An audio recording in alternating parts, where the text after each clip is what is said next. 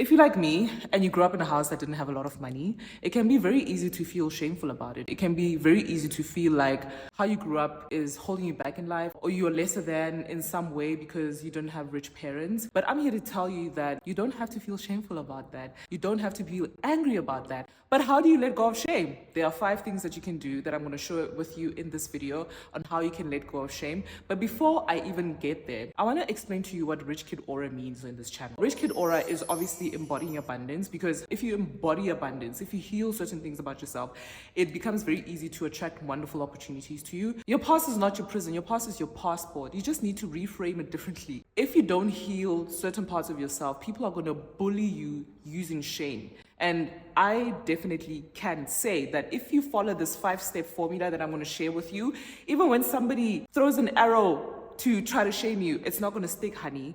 It's not going to stick, honey, because you're going to be vibrating from Rich Kid Aura, honey. I know that's right.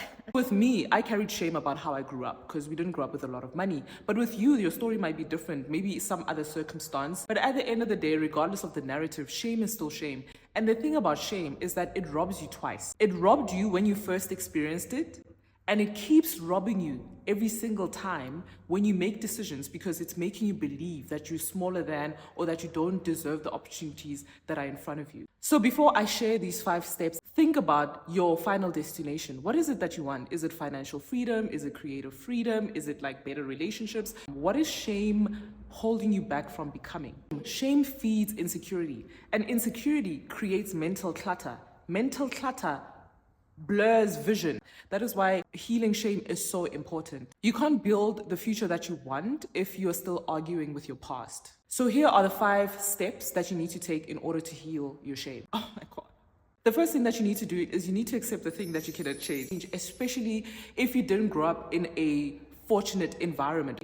You don't have time to be an activist for changing the world, unless maybe that's what your soul is called for. Great. But some of us, we need to make up for lost time. So you need to accept your age. You need to accept your gender. You need to accept your height. You need to accept how you grew up. You need to accept those things. Those things were given to you. Like, there's nothing you can do about it. So why not just accept it? It's going to save you so much energy. So that's the first step. Accept the things that you cannot change. Accept that that is what it is. It is the blueprint that was handed over to me. Every human being was given a blueprint in this existence. This was mine. Okay, cool. What is the next step? The second thing that you need to do is you need to forgive the things that disappointed you.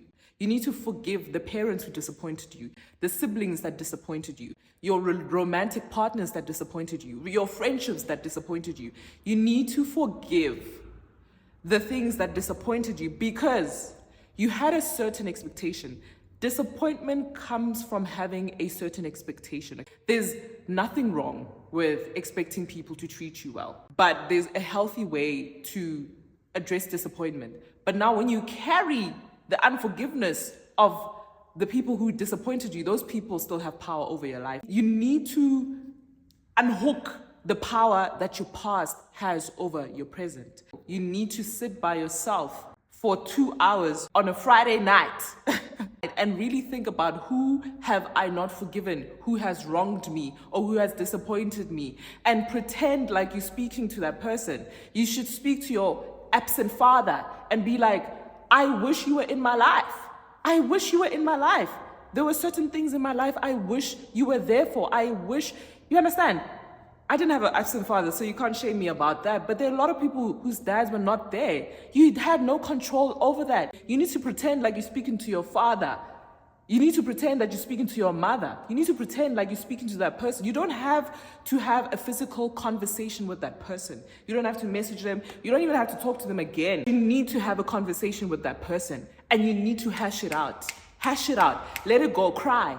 Do whatever you need to do. But at the end of that session, you need to feel like a weight has been lifted off your shoulders. That is step number 2. Now in step number 2, step number 2.1, you need to say, everything works out for my good. After you have that crying session, you need to reframe that whole circumstance as, everything works out for my good.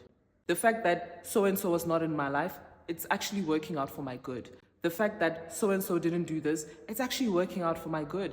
The fact that 1, 2, 3, it's actually working out for my good. I'm gonna give you an example. Like I said, I didn't have a lot of money when I grew up. And I'm grateful that I didn't have a lot of money when I grew up, because right now, the way I take financial literacy so seriously, I don't think I would have understood the importance of money and importance of financial literacy if I had grown up spoiled. So I'm grateful for that circumstance, because it's empowering me to build a very great future for myself. The third thing that I need you to do is to evaluate your strengths. We all have things that we're good at, but I want you to take your strengths and tie them to that unfortunate circumstance. I want you to take your strengths and tie them to that shameful event. Let me give you an example. The thing that I'm shameful about is the fact that we didn't have a lot of money. But I think I'm more resilient because I didn't have a lot of money in my house. I think I'm more financially disciplined because I didn't have a lot of money in my house. I think I respect money because I didn't have a lot of money at home. Do you understand what I mean? I hope you started to see what we're doing here, okay? We are starting to reframe the perspective of the story that you've been telling yourself so that it can be a story of power and not a story of victimhood. The fourth thing that you need to do, you need to get to a point where you say, I am grateful for this unfortunate circumstance that has happened in my life. Because of it, I have learned 1, 2, 3. Okay? If you didn't grow up without a dad, I'm grateful that I actually didn't grow up without a dad, because of it, I learned 1, 2, 3. The fifth thing that I need you to do is you need to find a reason to laugh about that shameful circumstance or event. If you can laugh about any circumstance, you're telling yourself, you're telling the people around you, you're telling the universe that that situation no longer has power over you. Laughter is the highest vibratory reaction that you can have about any scenario. If you can laugh about a misfortunate event, you are showing that you have power over that event, and that event doesn't have power over you. So if you need to do those 5 steps regularly, please do them. But I need you at the end of the day to have a Rich Kid Aura audit where you rate your day and your experience from 1 to 10. How abundant am I feeling today? Am I feeling a 1? Am I feeling a 10? And then the more you let go of the shame, the closer you're gonna get to 10. Because at the end of the day, you can't out-earn a broke mindset. You can't out-hustle a life that is out of balance. One person that I truly respect is Oprah, because she's a perfect example that your upbringing is not a weakness. It can be your superpower. Your upbringing can be your uniqueness. If you're ready to drop your shame and to cultivate your Rich Kid Aura, please comment below and share one powerful thing that you've managed to overcome. Here we're building a community that turns past struggles into future strengths. Because Rich Kid Aura isn't about where you started, it's about how far you're willing to go. Okay, I'm happy.